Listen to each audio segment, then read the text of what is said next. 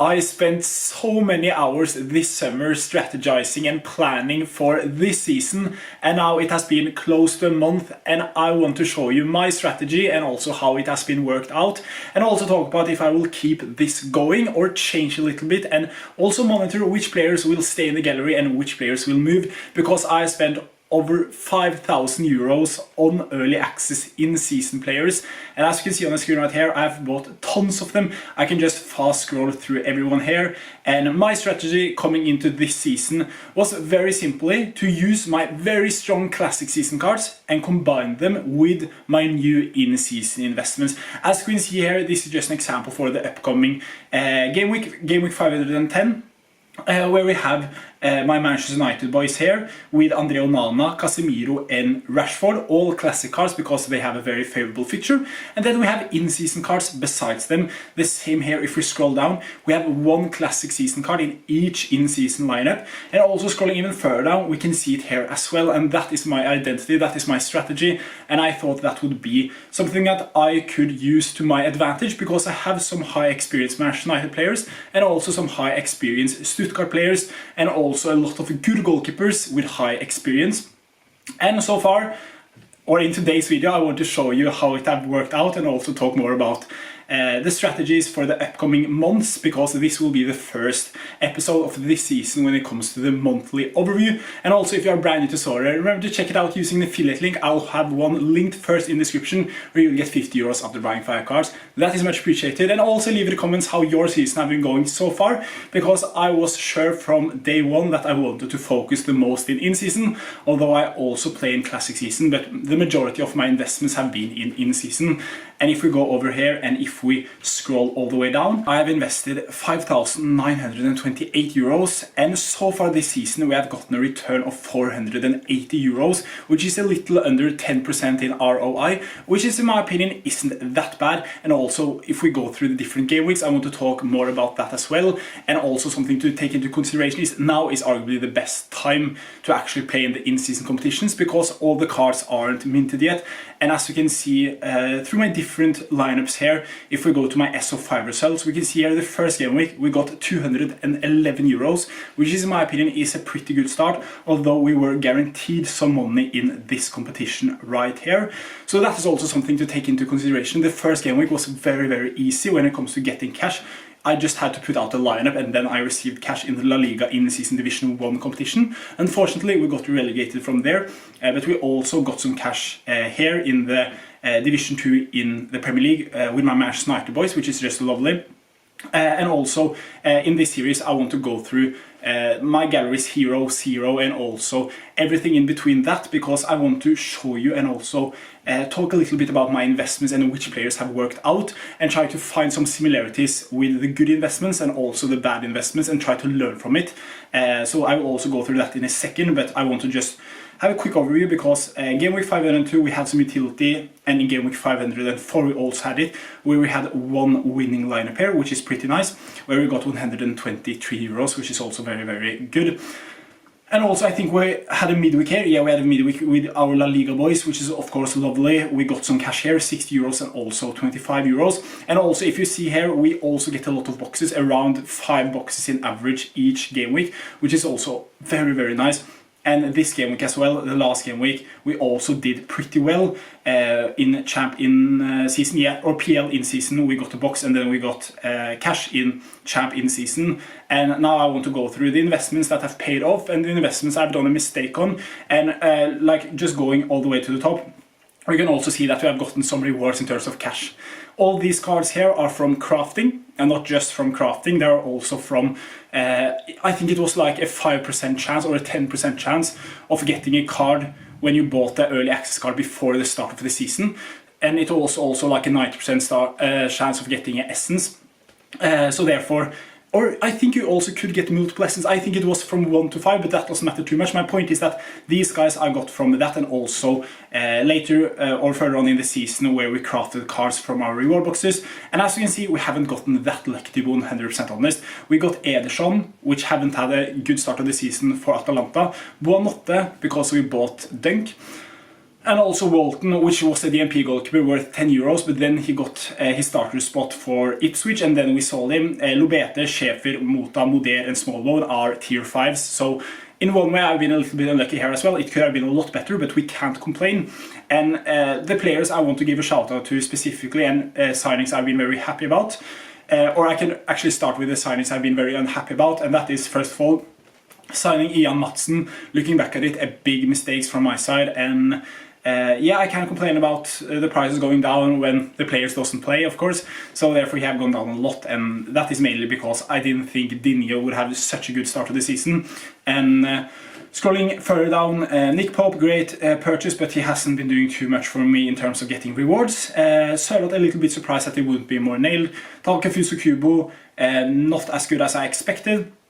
And scrolling further down, Xerxes, a little bit disappointed, I'm not going to lie.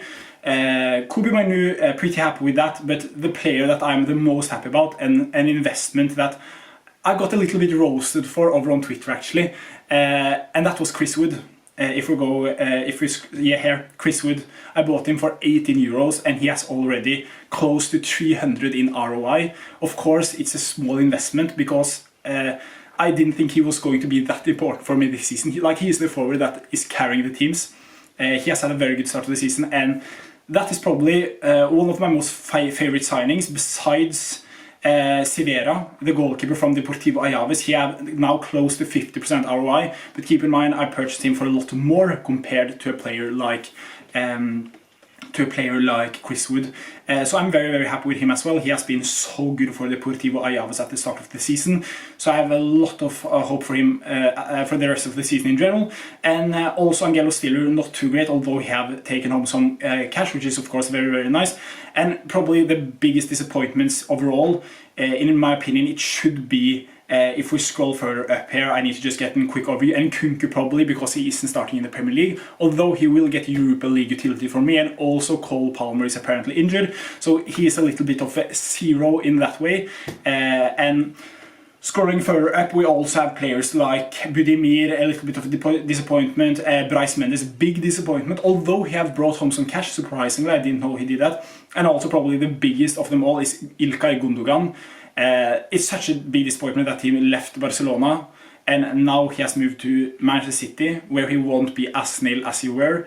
And it's very unfortunate, and I just hope that I can be able to yield back on him throughout the season, because he has gone down a lot. The same with Isco.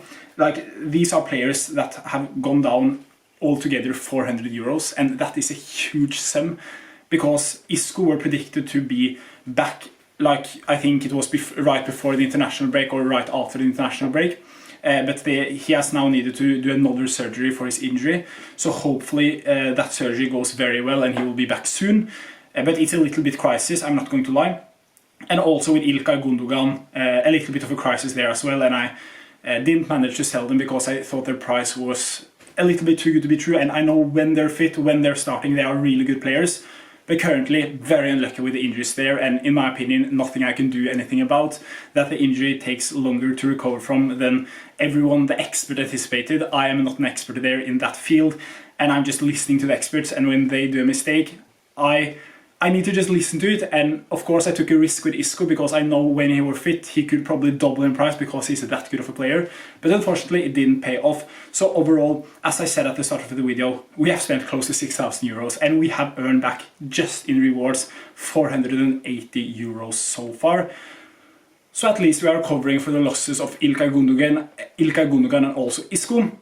And if we scroll back to my gallery in terms of the strategy and the way we are heading, I think we are in the right direction. I think it was the right direction or the right strategy and the right investments to actually go in the in-season competitions.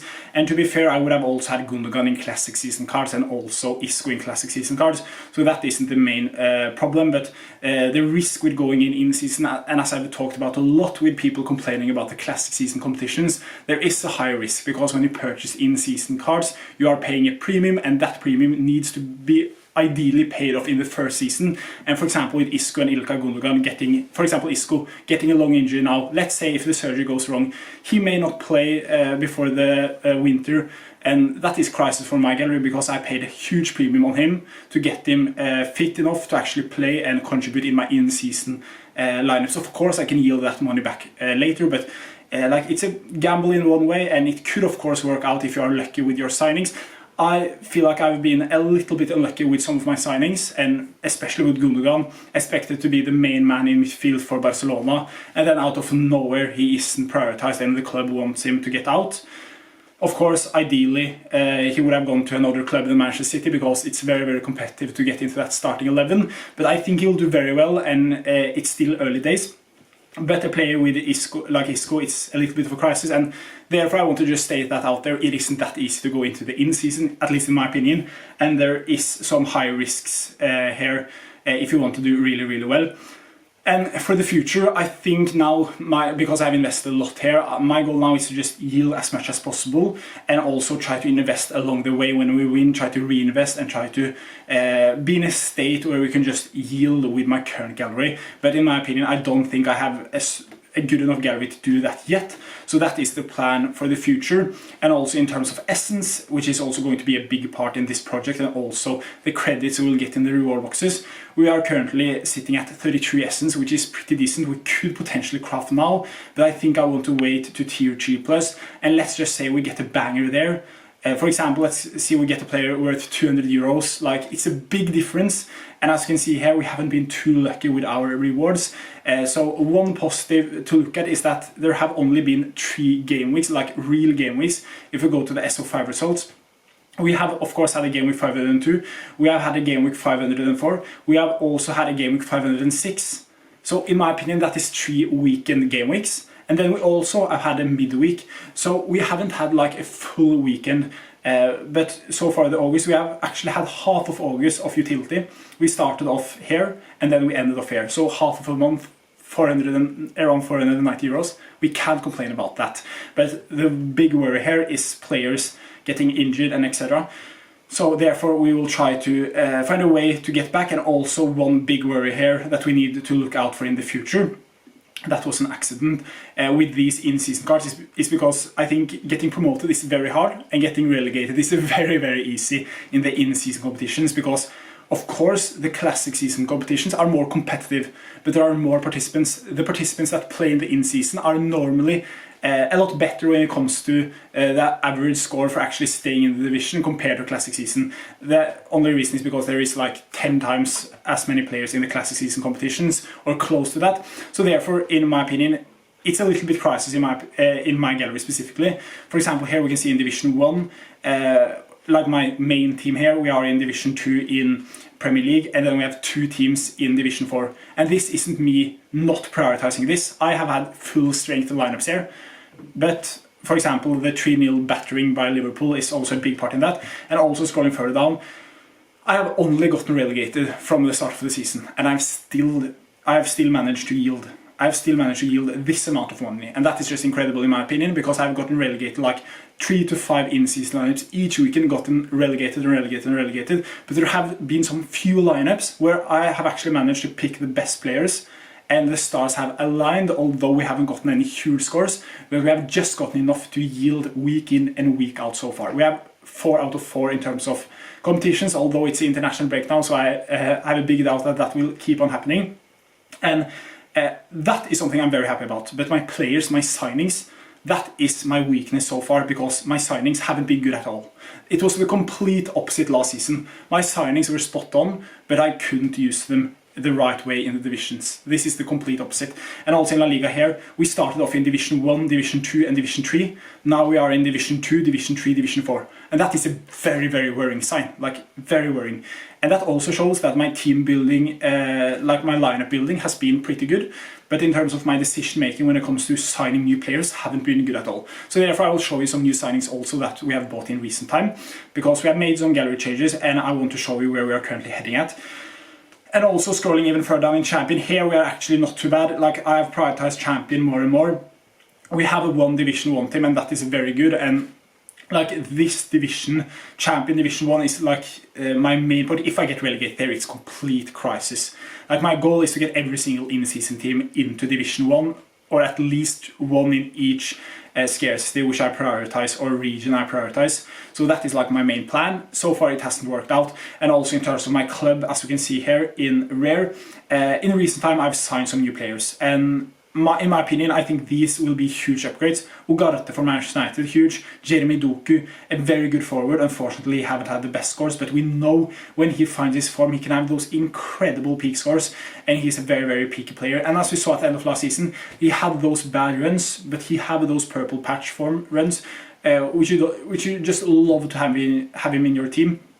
And yeah, something you of course love to see, and he's a player that I think will do very, very well after the international break, and also during the international break, because we have a special international competition that I will of course be participating in. And also Vicario, another goalkeeper, we have upgraded there because of an uncertainty with Jose Sa being the starter goalkeeper for Wolves. And also Valdemar Anton here, another signing I really, really like, and I think he will do very, very well as well. And not just that, we need to also take into consideration some new signings. Pedro Porro is at the moment the player I'm the most tempted to go for, because I want to double up with Vicario. And also something to keep in mind with this strategy, we haven't started with the Europa Conference League, the Europa League, and also the Champions League. Those in-season specific competitions, we haven't started with it yet. So that gives me a lot of confidence in the future with my gallery. And so far this month there have been some worrying signs, but I think I will be able to work with it and improve enough. And as you can see here, he got last sold for 99 euros, which is pretty fair in my opinion, although his auction is going for 118 euros. So that is a little bit worrying. We need to try to find a good offer for like by this guy right here, because that was a bargain by Sucre here. Or we could go for Romero, a more expensive option. And in my opinion, yeah, I could go for him. And I think also he has a premium now because he has utility for Argentina. But in terms of 350 euro last sale is very, very fair for a player like him in my opinion. And also if you go here, there isn't some in-season cards by the looks of it on the market. I can't see now, it's only limited. Yeah, it's one for 450 euros, which is of course a big difference. I messaged him, he said that he wouldn't come close to 350 euros. So, of course, Cristiano Romero may also be an option, because the defense is where we lack the most. That is one of the main reasons why we are in a relegation state in the Premier League competition specifically.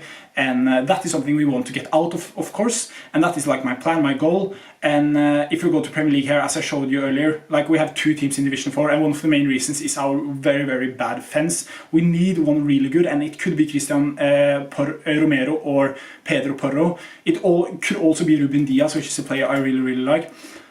So this is also something to take into consideration, because I really, really like him as a player, and he has been sold a lot, as you can see in recent time, because there is hype around him for the upcoming weekend.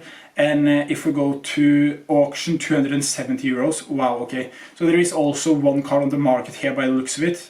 So we could try to get this card right here for around 240 euros. Currently we have 230 euros, so we need to make up some funds here. But that is like where we are trying to head at. We are trying to upgrade in every single area, because so far it has gone pretty decent, keeping in mind how many injuries we have had, how many teams that haven't performed to their standards, like Real Sociedad having so many good fixtures but not simply performing.